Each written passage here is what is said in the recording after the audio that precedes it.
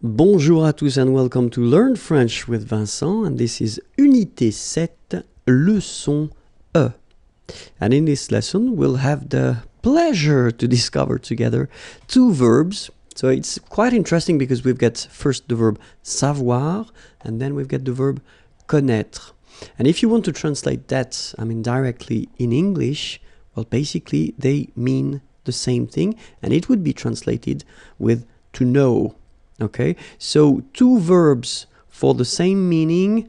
What does it mean? It means that you will have two different uses of these verbs. The first one, savoir, well, the rule is that you will use savoir plus a verb. So after that, if you want to add a verb, then you will have to use savoir.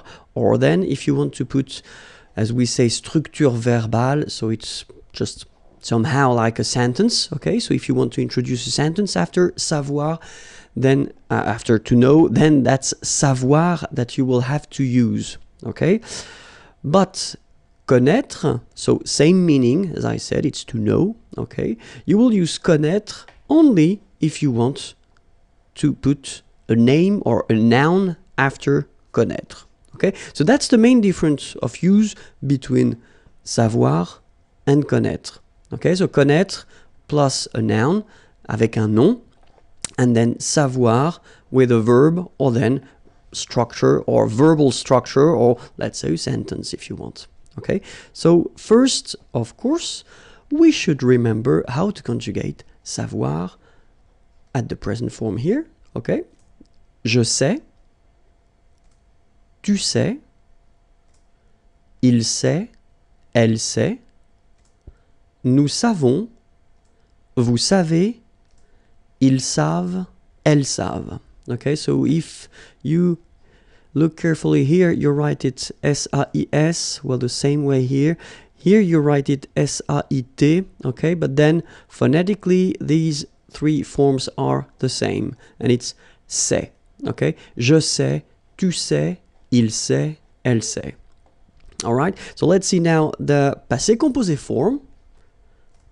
J'ai su, tu as su, il a su, elle a su, nous avons su, vous avez su, ils ont su. Okay, so if you remember, when we introduced this passé composé form, it was in Unit 5, if my memory is correct. Then you put first, in most of the cases, the verb avoir at the present form, and then you put this participe passé form. And the participe passé form for savoir is su. Okay, so it doesn't change. That's the reason why you will put it right here after each form. Okay, so j'ai su, tu as su, il a su, elle a su, nous avons su, little liaison here, vous avez su, same thing here, ils ont su, little liaison between the two, elles ont su. Okay? And now, let's see connaître at the present form. Je connais, tu connais, il connaît, elle connaît, nous connaissons, vous connaissez, ils connaissent, elles connaissent. All right, same thing as we had for savoir. If you look carefully here, connaît, AIS, and then connaît, AIT. So don't forget this circumflex, even if you don't pronounce it well, you should write it. Well, you pronounce these three forms the same way. Okay, connaît, and then connaît. All right, let's see how it goes for the passé composé form. J'ai connu, tu as connu, il a connu, elle a connu, sorry, nous avons connu, vous avez connu, ils ont connu, elles ont connu. Okay, so same rule, first avoir at the present form, then participe passé form of connaître, it's connu. All right, so it will go everywhere for each person here. Okay, j'ai connu, tu as connu, il a connu, elle a connu, nous avons connu, vous avez connu, ils ont connu, elles ont connu. Okay? And now for the future form, as it was introduced in the previous lesson, Unit 6. So savoir the future form, and it goes like je saurai, tu sauras, il saura, elle saura, nous saurons, vous saurez, Ils sauront, elles sauront. And then for connaître at the future form, je connaîtrai, tu connaîtras, il connaîtra, elle connaîtra, nous connaîtrons, vous connaîtrez, ils connaîtront, elles connaîtront. All right? So, let's see a few examples now.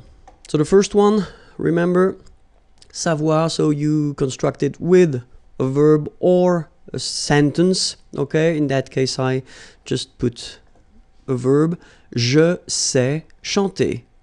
Okay, so remember, savoir, to know, chanter, to sing. Je sais chanter. All right? So, second verb here, chanter. Well, the rule in French is that if you've got a structure like that with two verbs, the second verb should be all the time at the infinitive. Okay? Je sais chanter, like that. All right? If you put the same sentence at the passé composé, as we saw previously, the passé composé form of savoir, it goes like j'ai su chanter. All right? And then the future form, je saurais chanter. Okay? So it's quite easy. Hein? Je sais chanter, j'ai su chanter, je saurais chanter. That's it. Let's see connaître now. Je connais cette personne. Okay? So connaître, to know, okay?